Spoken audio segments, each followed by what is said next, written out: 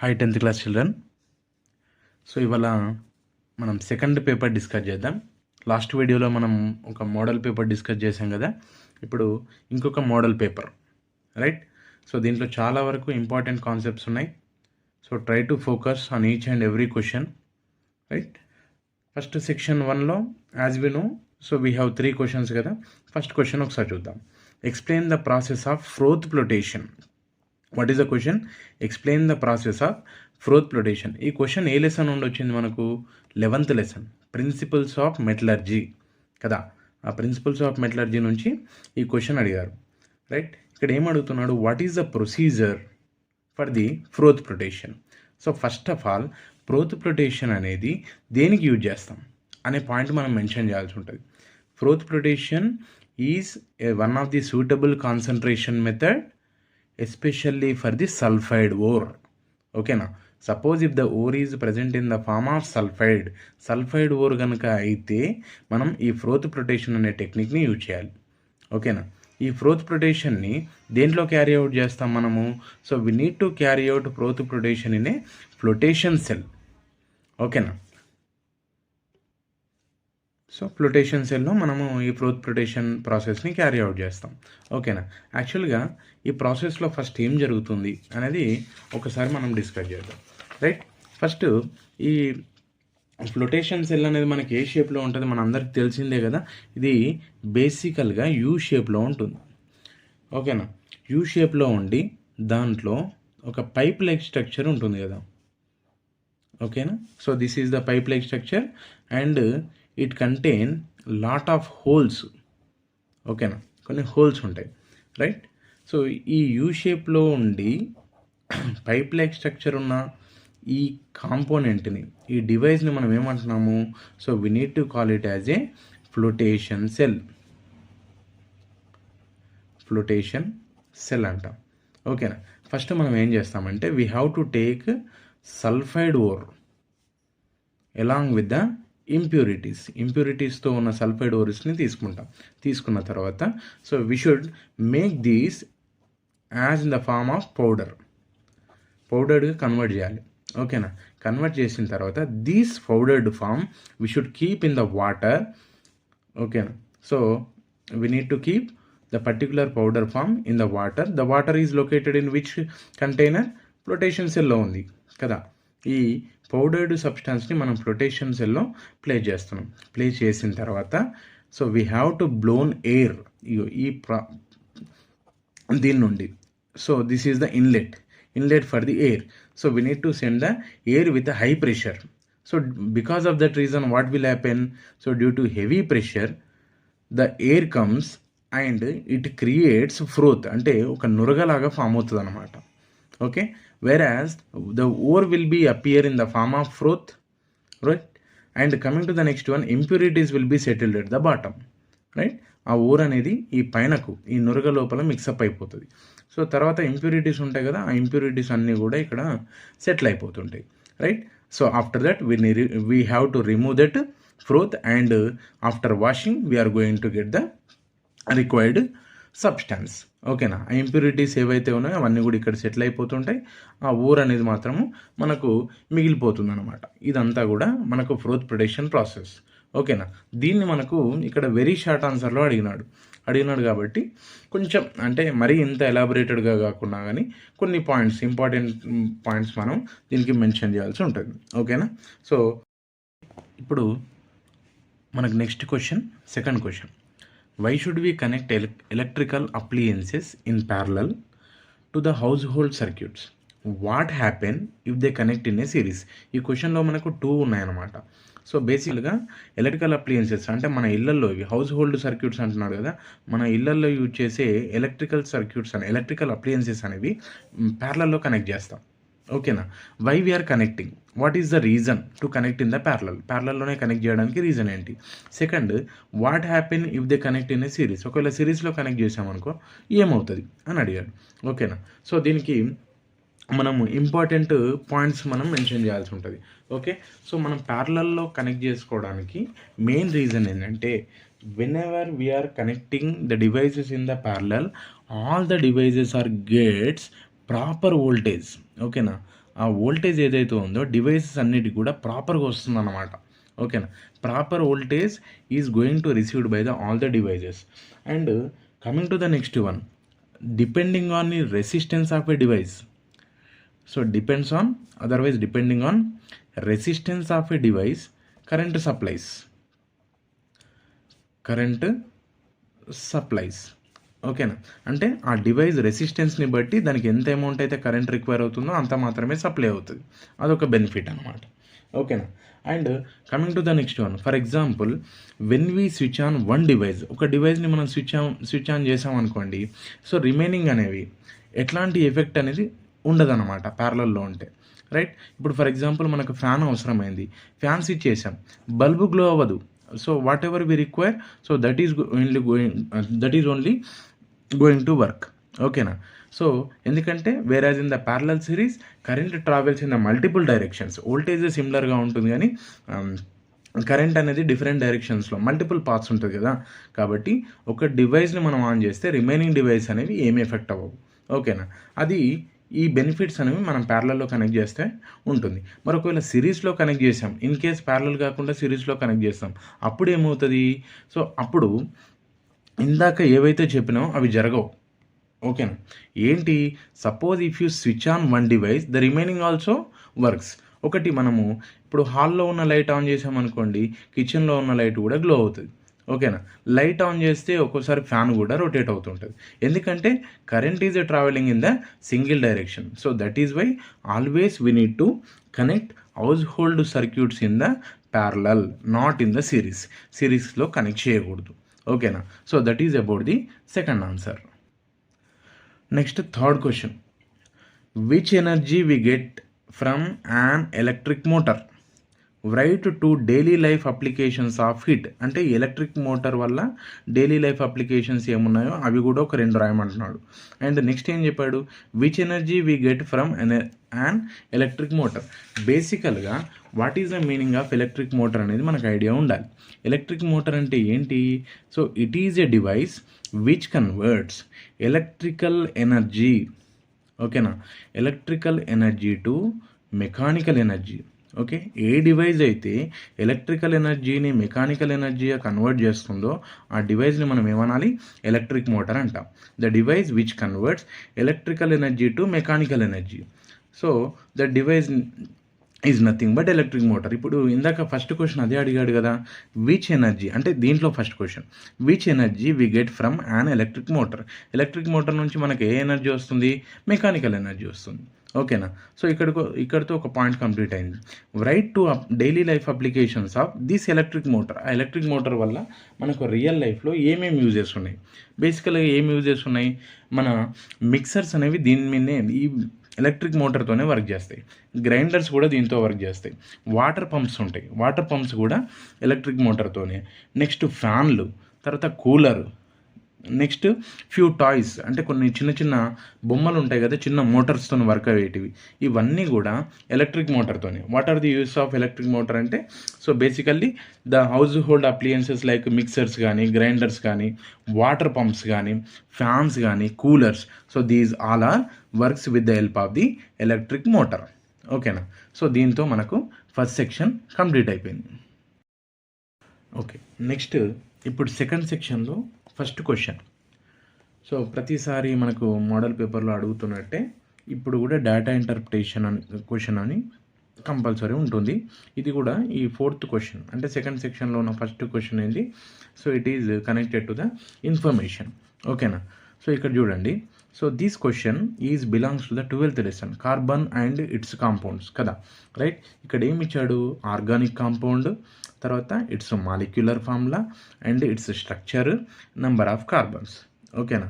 So ఇక్కడ organic compounds ఇచ్చాడు. ఏంటవి, మీథేన్, ఈథేన్, ఈథీన్, ఈథైన్.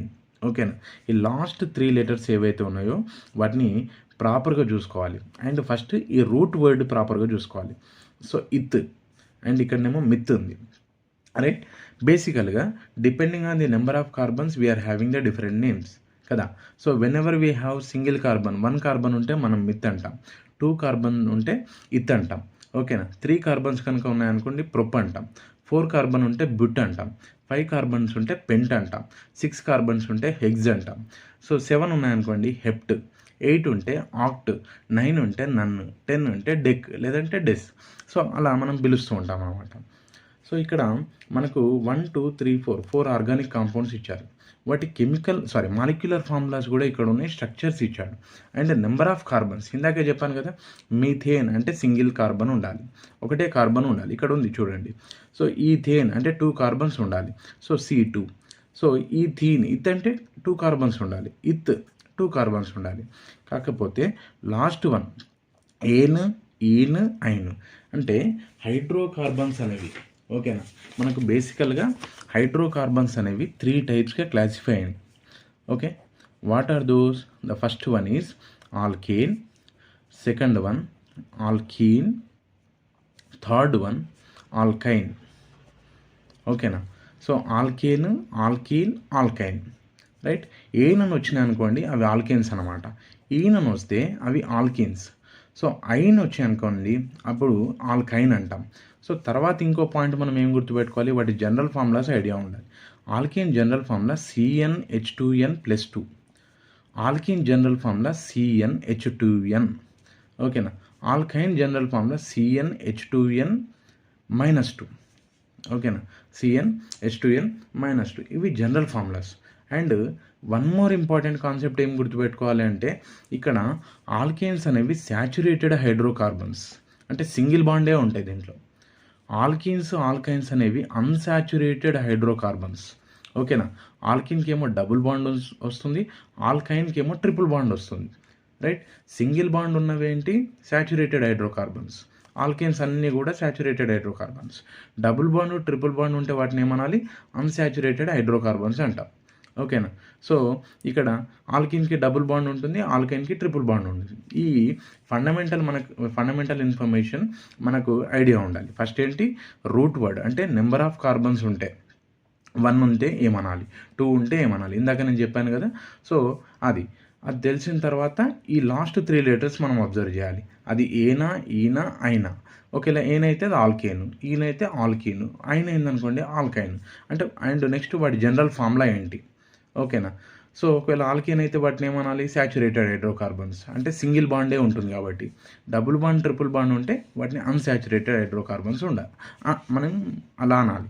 ఓకేనా, సో దాన్ని బేస్ చేసుకొని ఇక్కడ కొన్ని క్వశ్చన్స్ అడిగాడు. Mention unsaturated hydrocarbons in the above table.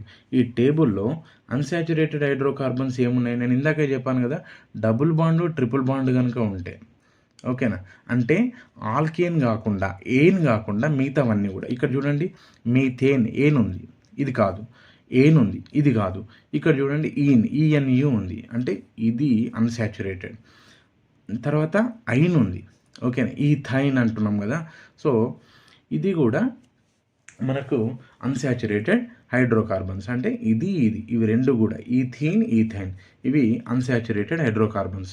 ఓకేనా, next right general formula of alkanes. ఇందాకే చెప్పాను నేను, జనరల్ ఫార్ములాస్ ఇందాక మనం రాసుకున్నాం కదా. So general formula for the alkane CnH2n+2, అంటే ఈ ఫార్ములాని బేస్ చేసుకొని మనకు కెమికల్ ఫార్ములాస్ వస్తాయి, వాటి ఫార్ములాస్ అనేవి జనరేట్ అవుతుంటాయి. ఇప్పుడు మీథేన్ అనుకోండి. రైట్, మిత్ అంటే ఎన్ని కార్బన్స్? 1, కాబట్టి n ప్లేస్లో 1 సబ్స్టిట్యూట్ చేయాలి. ఓకేనా, C1H2×1+2. ఓకేనా, CH2 CH4, అంటే మీథేన్ ఫార్ములా CH4. అట్లా మనం ఈ ఫార్ములాస్ ఏవైతే ఉన్నాయో మాలిక్యులర్ ఫార్ములాస్ మనం జనరేట్ చేస్తుంటాం. Okay, right general formula of alkanes అంటే చెప్పాను. రైట్ బ్యూటేన్ ఫార్ములా అన్నాడు, బ్యూటేన్. ఓకేనా, అంటే ఆల్కేన్ జనరల్ ఫార్ములా ఉంది కదా, CnH2n+2. ఓకే, ఇందాక చెప్పాను కదా, ఈ వీడియో మనము రివర్స్ చేసి చూస్తే మీకు ఆల్రెడీ మీకు ఒక్కసారి మనం రివైజ్ అవుతుంది. ఏంటది? బ్యూట్ అంటే ఎన్ని కార్బన్స్ అని చెప్పాను? 4. ఓకేనా, సో దేర్ఫోర్ CnH2n+2 అనేది ఆల్కేన్ జనరల్ ఫార్ములా. ఎందుకంటే ఇక్కడ బ్యూటేన్ అన్నాడు, ఏన్ అన్నాడు కాబట్టి ఈ ఫార్ములాలో మనం సబ్స్టిట్యూట్ చేయాలి. C4H2 n ప్లస్లో 4, 8+2 C4H10 is the formula for the butane. తర్వాత ఏమన్నాడు? Draw the structure of propene అన్నాడు. ఓకేనా, ప్రోపీన్ స్ట్రక్చర్ ఈన్. ఓకేనా, సో ఇక్కడ ఏమన్నాడు? ఈన్ అన్నప్పుడు ఏంటి? డబుల్ బాండ్ రావాలి. ప్రొప్ అంటే ఎన్ని కార్బన్స్ మనకు 3 కార్బన్స్ అని చెప్పాను. ఓకేనా, 3 కార్బన్స్ అనేవి ఉండాలి. కార్బన్, తర్వాత కార్బన్, కార్బన్, 3 కార్బన్స్ ఉండాలి. కానీ ఈయన అంటున్నాడు కదా, కాబట్టి ఒక డబుల్ బాండ్ ప్లేస్ చేస్తాం. ఇక్కడ ఆల్రెడీ 2 అయిపోయినాయి, ఇంకెన్ని 2 హైడ్రోజన్స్ మనం యాడ్ చేస్తాం. ఓకేనా, సో 2 + 1 3 అయిపోయింది, అంటే ఒక హైడ్రోజన్. ఓకేనా, ఇక్కడ 1 కంప్లీట్ అయింది, ఇంకెన్ని రిక్వైర్ అవుతాయి 3.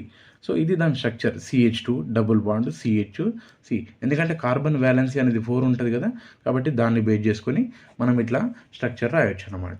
ఓకేనా, ఈయన ప్రోపీన్ అన్నాడు కాబట్టి డబుల్ బాండ్ పెట్టినాం. అదే ప్రోపైన్ అని ఉంటే ట్రిపుల్ బాండ్ పెడతాం, అక్కడ 3 కంప్లీట్ అవుతుంది, ఇక్కడ ఒక సింగిల్ హైడ్రోజన్ వస్తుంది. ఓకేనా, so this is about the data interpretation. 4th question. Okay, next 5th question. So 5th question మనకి ఏమడిగాడు, బ్యాలెన్స్ ద ఫాలోయింగ్ అన్నాడు. ఓకేనా, సో ఇలాంటివి అంటే 4 ఇచ్చాడు ఇక్కడ, 4 మార్క్స్ మనకు. అంటే ఈచ్ ఈక్వేషన్ క్యారీస్ 1 మార్క్ అన్నమాట. ఒకవేళ లాంగ్ ఆన్సర్లో కనుక వస్తే, అంటే LAQలో కనుక అడిగితే, అప్పుడు మనం స్టెప్ బై స్టెప్ అంటే టేబుల్ డ్రా చేసి left hand side, right hand side అదంతా ప్రాసెస్ చేస్తాం. కానీ ఇక్కడ 4 మార్క్స్కి ఇచ్చాడు అండ్ 4 ఈక్వేషన్స్ ఇచ్చాడు, కాబట్టి అదంతా చేస్తే పెద్ద లెంతీ ప్రాసెస్ అవుతుంది, మనకు టైం అనేది సఫిషియెంట్గా ఉండదు. ఓకేనా, సో బేసికల్గా మనం బ్యాలెన్సింగ్ చేసుకున్నప్పుడు ఫాలో అవ్వాల్సిన కండిషన్స్ ఒకసారి చూద్దాం. ఏంటి, first of all we need to identify whatever the elements are present in the equation. ఓకేనా, ఎలిమెంట్స్ ఏమేమి ఉన్నాయో చూసుకోవాలి. ఇప్పుడు ఫర్ ఎగ్జాంపుల్ ఫస్ట్ ఈక్వేషన్ చూసుకోండి, ఇక్కడ N ఉంది, A ఉంది. N క్యాపిటల్ వచ్చింది, A స్మాల్ వచ్చింది, అంటే ఇది సింగిల్ ఎలిమెంట్ అనమాట. Na అంటే సోడియం.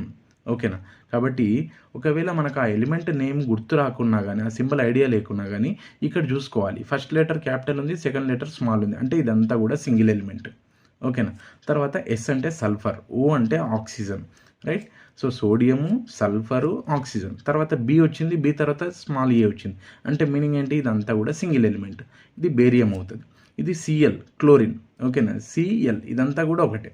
ఓకేనా, యాక్చువల్గా ఇక్కడ నాకు రాస్తున్నప్పుడు C అనేది ఫాంట్ సైజ్ చిన్నగా వచ్చింది, బట్ ఎగ్జామ్లో మాత్రం మీకు C అనేది పెద్దగా అపియర్ అవుతుంది, అప్పర్ కేస్లో ఉంటుంది. ఓకేనా, మనం ఈజీగా రికగ్నైజ్ చేయవచ్చు. సో సోడియం సల్ఫేట్ అనేది బేరియం క్లోరైడ్తో రియాక్ట్ అయ్యింది, బేరియం సల్ఫేట్ తర్వాత సోడియం క్లోరైడ్ ఫామ్ అయింది. ఓకే, ఇది బ్యాలెన్స్డ్ ఈక్వేషనా కాదా అని అంటే ఒకసారి చెక్ చేసుకోవాలి. నెంబర్ ఆఫ్ సోడియమ్స్ ఇక్కడ ఎన్ని ఉన్నాయి, 2 ఉన్నాయి, ఇక్కడికి వచ్చేసరికి 1 ఉంది కదా. కాబట్టి so this equation is said to as primary equation or skeleton equation. ఓకేనా, లెఫ్ట్ హ్యాండ్ సైడ్లో, రైట్ హ్యాండ్ సైడ్లో నెంబర్ ఆఫ్ ఆటమ్స్ కనుక ఈక్వల్గా లేకపోతే ఆ ఈక్వేషన్ని మనం ఏమనాలి, ప్రైమరీ ఈక్వేషన్ కానీ స్కెల్టన్ ఈక్వేషన్ కానీ అంటాం. ఓకేనా, కాబట్టి ఇదేంటి, ఇది స్కెల్టన్ ఈక్వేషన్ అవుతుంది. ఓకేనా, కాబట్టి మనం ఏం చేస్తుంటాం, ఇక్కడ సోడియమ్స్ అనేవి 2 ఉన్నాయి కదా. సో ఇక్కడ మనం అంటే ఎప్పుడైనా గుర్తుపెట్టుకోవాలి, ఈ ఏదైతే కాంపౌండ్ ఉందో కాంపౌండ్ ముందు మాత్రమే నెంబర్ని ఇన్సర్ట్ చేయాలి. ఇప్పుడు సోడియం క్లోరైడ్ ఉంది కదా, NaCl, ఈ NaCl ముందే మనం నెంబర్ ఇన్సర్ట్ చేయాలి. NAకి సబ్స్క్రిప్ట్లో, దీన్ని సబ్స్క్రిప్ట్ అంటాం, ఇలా మిడిల్ ఆఫ్ ది కాంపౌండ్ కానీ సబ్స్క్రిప్ట్లో కానీ మనం నెంబర్ ఇన్సర్ట్ చేయడానికి లేదు. ఓకేనా, whatever the number we are inserting, so that must be present in front of the compound. సో ఇక్కడ మనం ఏం చేస్తున్నాం, ఇక్కడ NaCl ఉంది కదా, ఇక్కడ 2 ప్లేస్ చేస్తాం. 2 ప్లేస్ చేస్తే 2 Na అవుతుంది, క్లోరిన్స్ కూడా 2 అవుతాయి. ఓకేనా, ఎందుకంటే సోడియం క్లోరైడ్కి ఇక్కడ కోఎఫిషియంట్గా రాసిన నెంబర్ ఉంది కదా, ఈ నెంబర్ అనేది దీంతో పాటు దీనికి కూడా వ్యాలిడ్ అవుతుంది. So how many sodiums, 2 sodiums, how many chlorines, 2 chlorines, అంతే కదా. సో ఇక్కడ 2 మనం ఇక్కడ 2 రాయగానే ఏమవుతాయి, 2 సోడియమ్స్ అవుతాయి, 2 క్లోరిన్స్ అవుతాయి. ఇటువైపు ఎన్ని క్లోరిన్స్ ఉన్నాయి, 2 క్లోరిన్స్ ఉన్నాయి.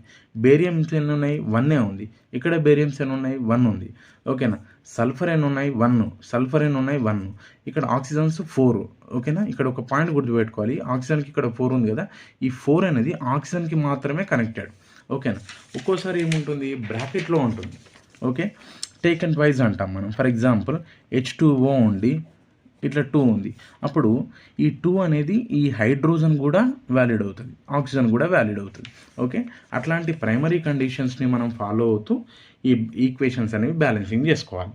ఓకేనా, సో తర్వాత Al4C3 + H2O gives rights to CH4Al OH taken thrice అన్నాడు.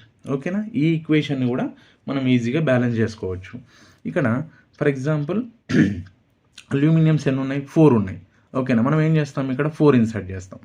ఓకే, అప్పుడు ఏమవుతుంది, 4 అల్యూమినియంస్. దాంతోపాటు ఇంకా ఏం ఎఫెక్ట్ అయినాయి, ఆక్సిజన్స్ చూడండి, 3 ఆక్సిజన్స్, 3 4 12 అయినాయి కదా, రైట్. ఆక్సిజన్స్ ఎన్ని అయినాయి? 12 అయినాయి. కాబట్టి మనం ఇక్కడ ఏం చేస్తున్నాం, ఫర్ ఎగ్జాంపుల్ ఇక్కడ 12 పెట్టినాం, ఓకేనా. హైడ్రోజన్స్ ఎన్ని అవుతున్నాయి ఇక్కడ? 3 హైడ్రోజన్స్, 3 4 12, ఓకేనా. ఇక్కడ 12 హైడ్రోజన్స్ అయినాయి, కానీ ఇక్కడ మాత్రం ఎన్ని అయినాయి? 24 అయినాయి. 12 2 24 అయినాయి, ఓకేనా. అదే ఫర్ ఎగ్జాంపుల్ ఇక్కడ మనం 3 రాసామనుకోండి, అప్పుడు ఏమవుతుంది? 3 4 12, ఓకేనా. సో ఇక్కడ 4 2 4 3 12, 12 + 12 24, 12 × 2 24 కదా. సో అలా ఈక్వేషన్స్ అనేవి బ్యాలెన్స్ చేసుకోవచ్చు. ఇక్కడ 3CH4 వస్తుంది, ఇక్కడ 4 వస్తుంది, ఇక్కడ 12 వస్తుంది, ఓకేనా. కావాలంటే మీరు ఫ్రీ టైంలో మళ్ళీ ఒకసారి బ్యాలెన్సింగ్ చేసుకొని చెక్ చేసుకోండి. అండ్ లెడ్ నైట్రేట్ ఉంది, PbNO3 టేకెన్ ట్వైస్. ఇవి ఇందాక నేను చెప్పాను కదా, ఈ 2 అనేది బ్రాకెట్లో ఉన్న టోటల్ ఇది ఎలిమెంట్స్కి వ్యాలిడ్ అవుతుంది, ఓకేనా. ఇక్కడ నైట్రోజన్ ఆటమ్ ఉంది, ఆక్సిజన్ ఉంది, ఈ వీటికి వ్యాలిడ్ అవుతుంది అనమాట, ఓకేనా. దీన్ని బ్యాలెన్స్ చేస్తే మనకు ఇక్కడ 2 అండ్ ఇక్కడ కూడా మనకు 2 వస్తుంది, ఇక్కడ 4 ప్లేస్ చేసుకోవాల్సి ఉంటుంది, 4NO2, ఓకేనా. తర్వాత మీరు నేను ఇందాక చెప్పిన స్టెప్స్ ఫాలో అవుతూ ఇది బ్యాలెన్సింగ్ చేసుకుంటే మీకు ఈ ఫార్మాట్లో వస్తుంది, okay, right. And coming to the next one, Fe2O3 and plus Al gives rise to Al2O3 Fe. ఇక్కడ 2 అల్యూమినియం ముందు 2 అండ్ ఐరన్ ముందు 2 మనం ప్లేస్ చేసామనుకో ఈక్వేషన్ అనేది బ్యాలెన్స్ అయిపోతుంది, ఓకేనా. ఆ ప్రాసెస్లో మనము ఈక్వేషన్స్ అనేవి బ్యాలెన్సింగ్ చేసుకోవాలి. ఒకసారి ఇండివిజువల్గా మళ్ళీ ఒకసారి ప్రాక్టీస్ చేయండి. ఏదన్నా కనుక మధ్యలో డౌట్ వస్తే so you can ask me, ఓకేనా. నా నెంబర్ కూడా దీంట్లో ప్లేస్ చేస్తాం, okay, right. Next coming to the next question, 6th question, why does the sky appear blue from earth surface అని అన్నాడు, ఓకే. ఏమన్నాడు? 6th question, why does the sky appear blue from earth surface. Okay, earth నుంచి చూసినప్పుడు sky అనేది blue కలర్లో ఎందుకు appear అవుతుంది అనేది ఈ క్వశ్చన్ మీనింగ్, ఓకేనా, రైట్. యాక్చువల్గా స్కై అనేది బ్లూ కలర్లో అపియర్ అవ్వడానికి మెయిన్ రీజన్ ఏంటంటే అట్మాస్ఫియర్ కంటైన్ డిఫరెంట్ గ్యాసెస్, దాంట్లో నైట్రోజన్ అండ్ ఆక్సిజన్, ఓకేనా, occupies more space, right. Heavy క్వాంటిటీలో నైట్రోజన్ ఆక్సిజన్ రెండు ఉంటాయి. నైట్రోజన్ అనేది 78% ఉంటుంది, ఆక్సిజన్ 21% ఉంటుంది, ఓకే. ఈ రెండు గ్యాసెస్ ఉండడం వల్ల ఈ గ్యాసెస్ యొక్క సైజ్, నైట్రోజన్ అండ్ ఆక్సిజన్ ఇవి ఉన్నాయి కదా, ఈ మాలిక్యూల్స్ సైజ్ అనేది comparably equal to the, okay, వీటి size comparably equal to wavelength of blue, ఓకేనా. బ్లూ కలర్ వేవ్ లెంత్కి ఈక్వల్గా వీటి సైజు ఉంటుంది. ఉండడం వల్ల నైట్రోజను ఆక్సిజన్ అనేవి రెస్పాండ్ అవుతాయి, అంటే they are acting as a scattering centre, ఓకేనా. స్కాటరింగ్ సెంటర్ యాక్ట్ చేసి స్కాటరింగ్ ఫినామినాని ఎగ్జిబిట్ చేస్తాయి. అంటే whatever the amount of light it will be receives and excess amount of light will be so reemits in the all the directions, okay. ఇక్కడ nitrogen and oxygen రెండు ఉండడం వల్ల so the size of the nitrogen and oxygen are comparably equal to the size of the blue colour wave length, ఓకేనా. Blue మాత్రమే respond అవుతుంది, remaining colours respond అవ్వవు, ఎందుకంటే వీటి సైజు దేనికి మ్యాచ్ అవుతుంది? బ్లూ కలర్కి మ్యాచ్ అవుతుంది, ఓకేనా. So that is why blue response and the sky will be appears in the colour of blue. అట్మాస్ఫియర్లో ఇవి రెండే ఎక్కువ గ్యాసెస్ ఉన్నాయి కదా, మీకు ఇప్పుడు క్యాలిక్యులేట్ చేస్తే ఎంత వచ్చింది? 99%, అంటే 100కి 99 ఇవే ఉన్నాయి, ఓకేనా. So that is why so వీటి సైజు బ్లూ కలర్కి రెస్పాండ్ అవ్వడం వల్ల బ్లూ మాత్రమే, స్కై అనేది బ్లూ కలర్లో అపియర్ అవుతుంటుంది, ఓకేనా. So what is the main reason? So due to the presence of nitrogen and oxygen molecules, the size of the nitrogen and oxygen molecules are comparably equal to the size of the otherwise wavelength of the blue color light, okay na. That is why the sky is appearing in the color of blue. So ఆ information మనం దీంట్లో mention చేయాల్సి ఉంటుంది, ఓకేనా. దీంతో మనకు second section కూడా complete అయిపోయింది. So next very important section number 3. So this is one of the important question. List out materials and experimental procedure which tells focal length of lens depends on surrounding medium, okay na. So focal length of lens depends on surrounding medium అని prove చేయడం కోసం చేసే ఎక్స్పెరిమెంట్లో మనం ఏ materials use చేస్తున్నామో ఆ procedure ఏం follow అవుతున్నాము అనేది మనం ఇక్కడ రాయాలి. ఈ క్వశ్చన్ అనేది మనకు ఏ లెసను? 4th లెసన్, ఓకేనా. So refraction of light at curved surfaces ఉంది కదా, ఆ లెసన్కి కనెక్టెడ్ ఇది, ఓకే. సో ఇది చాలా సింపుల్ ఆన్సర్, ఓకేనా. లాంగ్ ఆన్సర్ చాలా ఇంపార్టెంట్ అండ్ చాలా సింపులర్గా ఉంటుంది, రైట్. ఫస్ట్ మెటీరియల్స్ చూద్దాం. What are the materials are require? ఇక్కడ చూడండి, ఇది ఈ ఇదేంటి సిలిండ్రికల్ గ్లాస్ టంబ్లర్. ఓకేనా, ఒక టంబ్లర్ తీసుకుంటాం, గ్లాస్ టంబ్లర్, అది మన first requirement. Coming to the second requirement water. ఇక్కడ వాటర్ తీసుకున్నాం కదా, వాటర్ అనేది మన సెకండ్ రిక్వైర్మెంట్. ఓకేనా, తర్వాత కాన్వెక్స్ లెన్స్ తీసుకోవాలి, but there is a condition. So whatever the convex lens we are taking, we should known the focal length. అది focal length తెలిసింది అయి ఉండాలి. ఓకేనా, ఫోకల్ లెంత్ తెలిసిన ఒక కాన్వెక్స్ లెన్స్ తీసుకోవాలి, అది మన థర్డ్ రిక్వైర్మెంట్. తర్వాత ఈ లెన్స్ని ప్లేస్ చేసుకోవడం కోసం ఒక లెన్స్ హోల్డర్ ఉండాలి. ఓకేనా, అది ఫోర్త్ రిక్వైర్మెంట్. నెక్స్ట్ దాంతోపాటు very important object, that is black stone. ఓకేనా, ఒక బ్లాక్ స్టోన్, నల్లటి స్టోన్ తీసుకుంటాం. Okay, why? Because black is a good observer.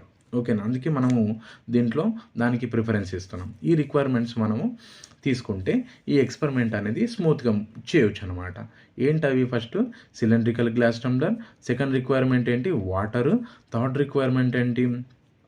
Convex lens which we known the focal length తెలిసిన convex lens, ఆ లెన్స్ని place చేసుకోవడానికి lens holder అనేది fourth requirement.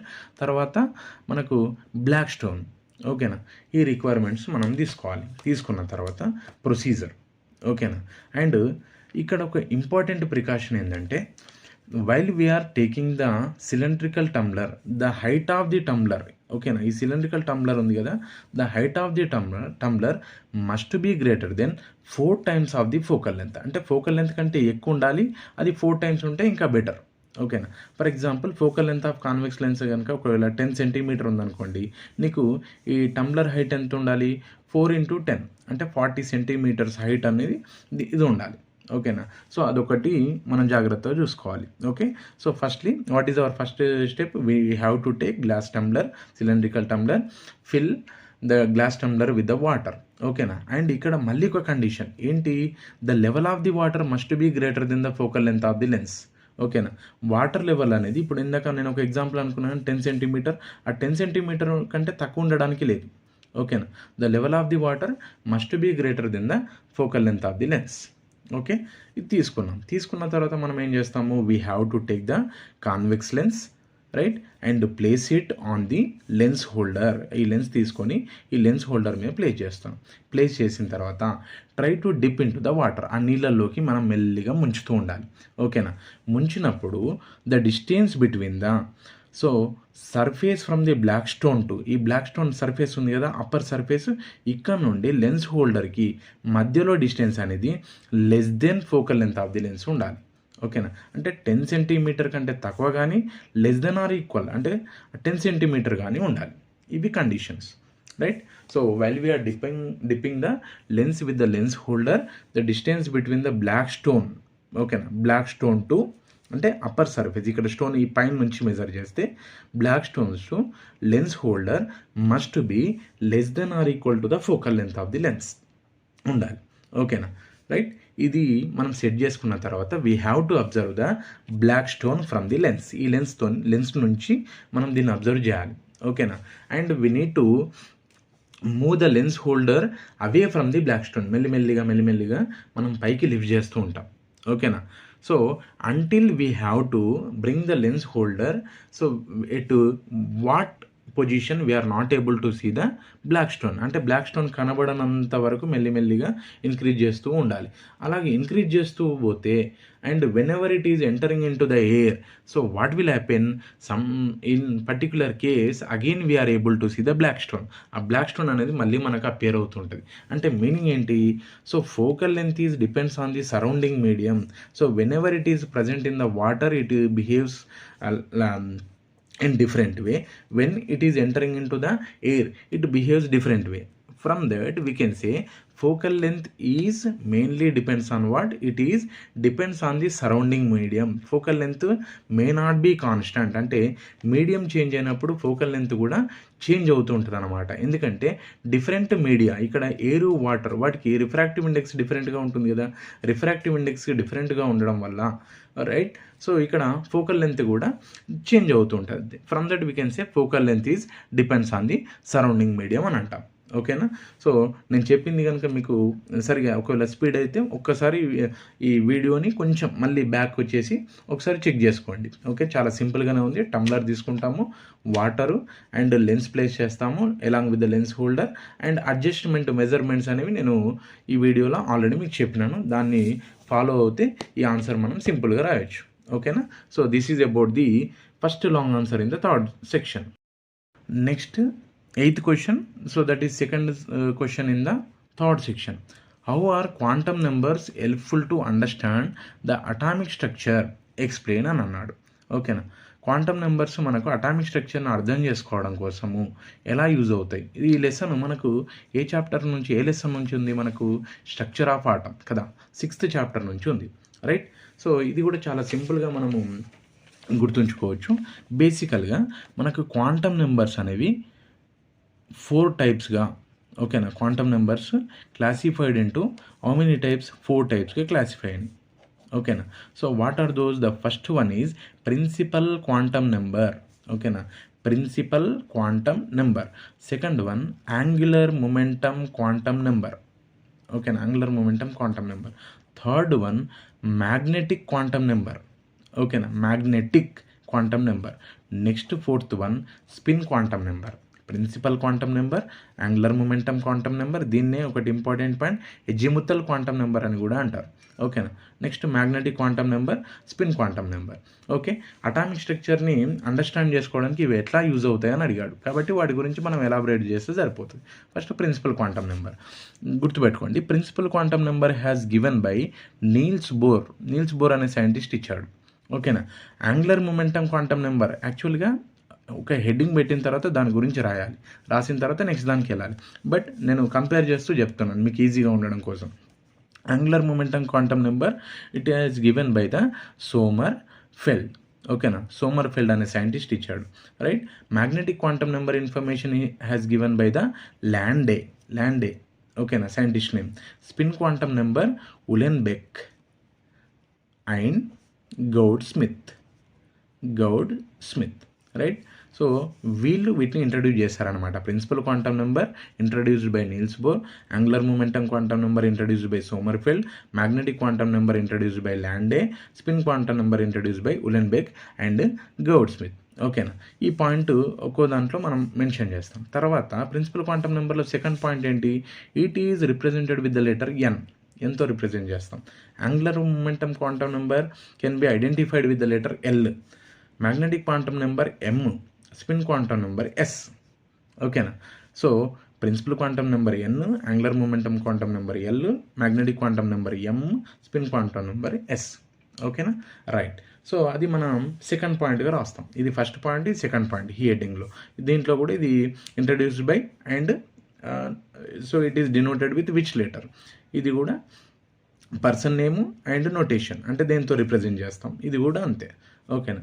So తర్వాత what is the significance of principal quantum number? అసలు principal quantum number వల్ల use ఏంటి?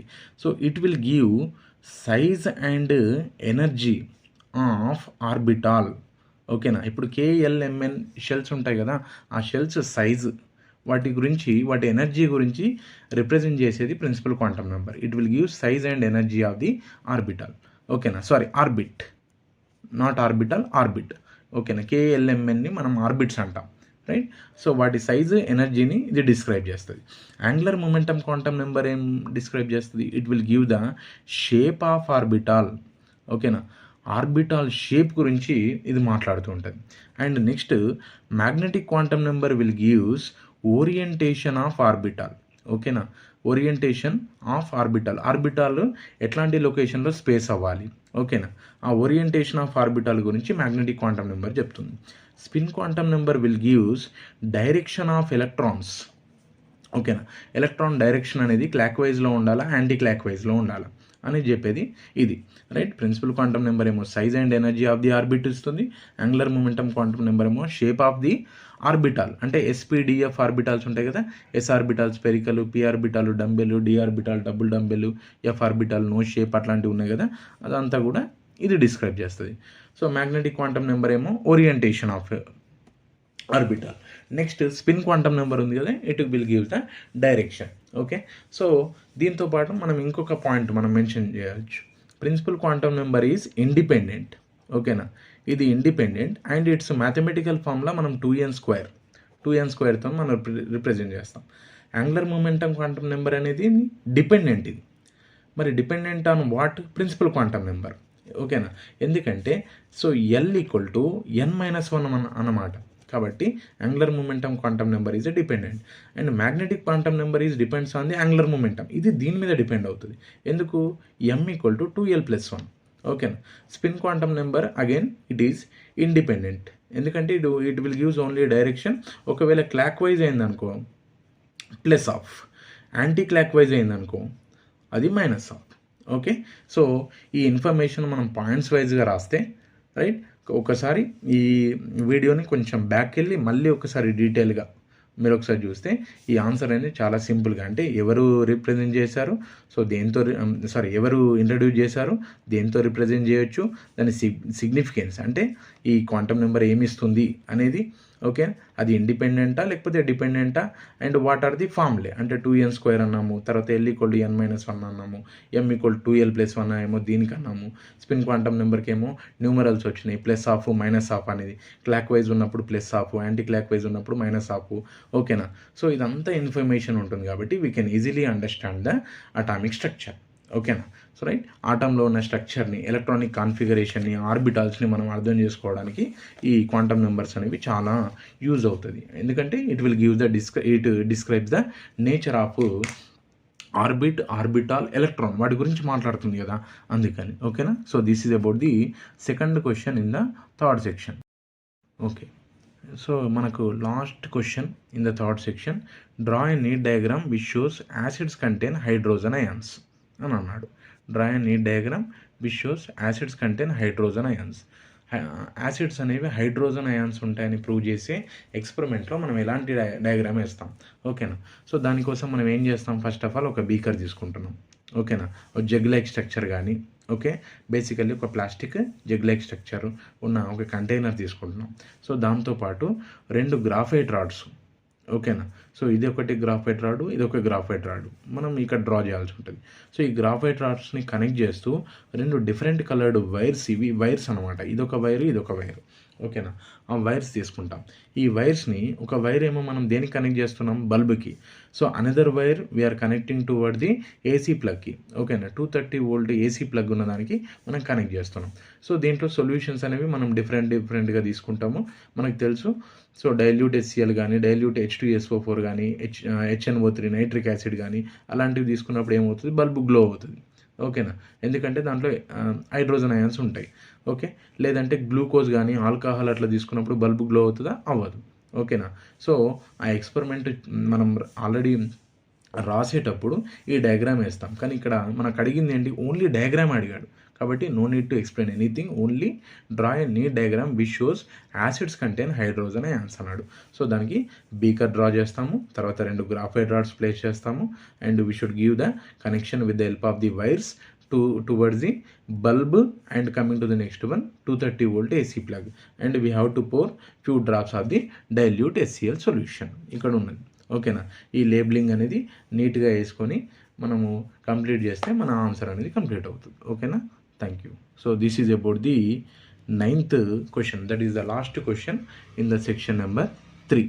ఓకేనా. రైట్. సో దీంతో మనకు ఈ మోడల్ పేపర్ ఎక్స్ప్లెనేషన్ అనేది కంప్లీట్ అయ్యింది.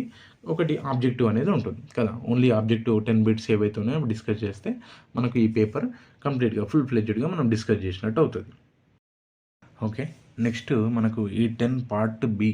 ఓకేనా. పార్ట్ బిలో 10 క్వశ్చన్స్ ఉన్నాయి. నేను రఫ్గా రాశాను, ఎందుకంటే వీడియో కూడా లెంతీ అవుతుంది కదా, ఆప్షన్స్ రాయడము అదంతా. కాబట్టి కొంచెం నేను క్వశ్చన్ని ఎక్స్ప్లెయిన్ చేస్తూ ఉంటాను.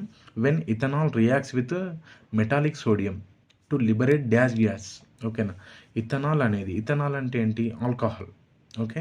When ethanol reacts with metallic సోడియంతో ఇథనాల్ రియాక్ట్ అయినప్పుడు ఒక గ్యాస్ అనేది లిబరేట్ అవుతాయట. బేసికల్గా ఆ గ్యాస్తో పాటు ఇంకో కెమికల్ కూడా వస్తుంది, అదేంటంటే సోడియం ఇథాక్సైడ్. ఓకేనా. సోడియం ఇథాక్సైడ్ కూడా మనకు ప్రొడ్యూస్ అవుతుంది. కానీ ఇక్కడ అడిగింది ఏంటి, గ్యాస్ ఏ గ్యాస్ ప్రొడ్యూస్ అవుతుంది అని అన్నాడు. సో గుర్తుపెట్టుకోండి, హైడ్రోజన్ గ్యాస్ ఎవాల్వ్ అవుతుంది. ఓకేనా. ఇథనాల్ అనేది మెటాలిక్ సోడియంతో రియాక్ట్ అయినప్పుడు మనకు హైడ్రోజన్ గ్యాస్తో పాటు సోడియం ఇథాక్సైడ్ అనేది ఎవాల్వ్ అవుతుంది. ఓకేనా. సో నెక్స్ట్ సెకండ్ క్వశ్చన్ ఏమడిగాడంటే identify shape of water molecule అన్నాడు. అంటే ఇక్కడ ఆప్షన్స్లో డిఫరెంట్ షేప్స్ ఇచ్చాడు మనకు, రైట్. ఆక్సిజన్ లొకేషన్ చేంజ్ చేయడము అండ్ ఈ నెంబర్ ఆఫ్ లోన్ పేర్స్ ఉన్నాయి కదా, ఒకదానికి 1 మాత్రమే ఇవ్వడం అట్లాంటివి. కానీ గుర్తుపెట్టుకోండి, oxygen should be in the central atom, hydrogens అనేవి ఇలా ఉండాలి అండ్ 2 లోన్ పేర్స్ అనేవి ఉండాలి. సో ఈ స్ట్రక్చర్ మనకు వాటర్ మాలిక్యూల్. ఓకేనా. నెక్స్ట్ థర్డ్ క్వశ్చన్ ఏమడిగాడు, which is the following used for the bread or cake make soft.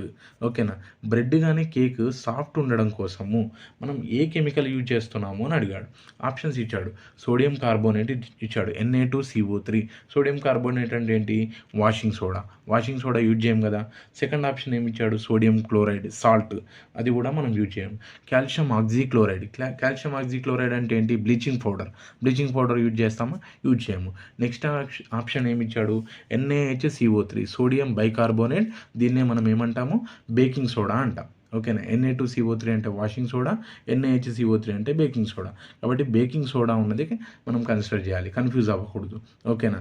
Na2CO3 ఏమో వాషింగ్ సోడా అవుతుంది. సో బ్రెడ్ కేక్ స్పాంజీ చేయడం కోసము NaHCO3 యూజ్ చేస్తాం, బేకింగ్ సోడాని, రైట్. అండ్ నెక్స్ట్ క్వశ్చన్ ఏం అడిగాడంటే టార్చ్ లైట్స్లో, in torch lights and headlight of vehicle the bulb placed at. Bulb అనేది ఏ లొకేషన్లో ప్లేస్ చేస్తాం. ఓకేనా. సో అక్కడ ఆప్షన్స్ ఏమి ఇచ్చాడంటే బిట్వీన్ పోల్ అండ్ ఫోకస్ అని ఇచ్చాడు, తర్వాత ఎట్ ద ఫోకస్ అని ఇచ్చాడు, at the centre of curvature అని ఇచ్చాడు, తర్వాత between focus and centre of curvature అని ఇచ్చాడు. ఓకేనా. గుర్తుపెట్టుకోండి, టార్చ్ లైట్లో హెడ్ లైట్ ఆఫ్ వెహికల్స్లో బల్బ్ అనేది దాని ఫోకస్ పాయింట్ దగ్గర ప్లేస్ చేయాలి. సో అలా ప్లేస్ చేస్తే ఏమవుతుందంటే లైట్ అనేది కొంచెం ఇన్ ది లాంగ్ డిస్టెన్స్లోకి స్ప్రెడ్ అవుతూ ఉంటుంది. Therefore the bulb must and should be placed at the focus of the reflector. ఓకేనా. Next maximum focal length of human eye lens. ఓకేనా. హ్యూమన్ ఐలెన్స్కి రేంజ్ వచ్చేసి 2.27 centimetres to 2.5 centimetre.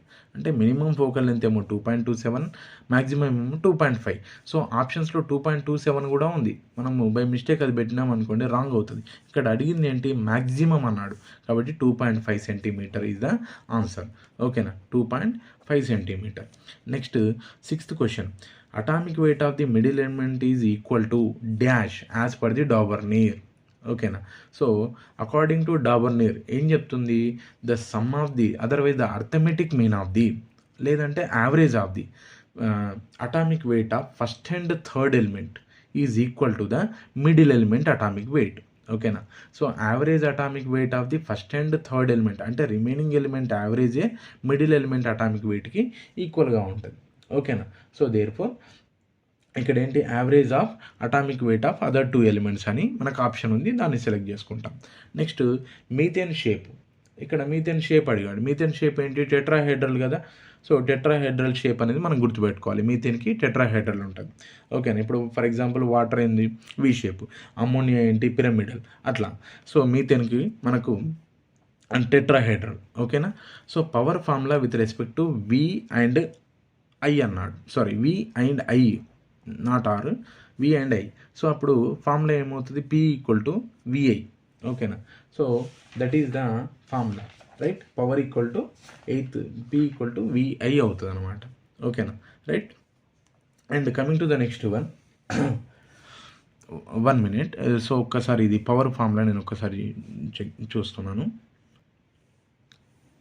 Yes, power formula with respect to the potential difference and current అయితే VI, P equal to VI. Next 9th question, poling process is employed for removal of. బేసికలీగా poling ప్రాసెస్ని దేనికి, ఇది ఒక purifying technique కదా, దేనికి use చేస్తాం. ఇక్కడ కొన్ని ఆప్షన్స్ ఇచ్చాడు. జింక్ ఫ్రమ్ జింక్ సల్ఫైడ్ కాదు, ఆప్షన్ కాదు. ఓకేనా. ఐరన్ ఫ్రమ్ ఐరన్ ఆక్సైడ్ కాదు. కాపర్ ఫ్రమ్ కాపర్ ఆక్సైడ్, ఇది కరెక్ట్. Cu from Cu2O. ఓకేనా. Next aluminium from aluminium trioxide అన్నాడు. కాపర్ ఫ్రమ్ కాపర్ ఆక్సైడ్ అనేది correct poling. At the time of short circuit, current in the circuit, short circuit టైంలో current అనేది ఎట్లా ఉంటుంది, increases heavily అన్నాడు, does not change, reduces and varies continuously అన్నాడు. At the time of short circuit current quantity అనేది increase అవుతుంది, it increases heavily ఉన్న ఆప్షన్ని మనం సెలెక్ట్ చేసుకోవాలి. ఓకేనా. సో ఇవి ఈ మోడల్ పేపర్కి కనెక్ట్ అయ్యి ఉన్న ఆబ్జెక్టివ్ టైప్. ఓకేనా, రైట్. సో మళ్ళీ నెక్స్ట్ వీడియోలో మనం అనదర్ మోడల్ పేపర్ డిస్కస్ చేద్దాం. ఓకేనా, థ్యాంక్ యూ.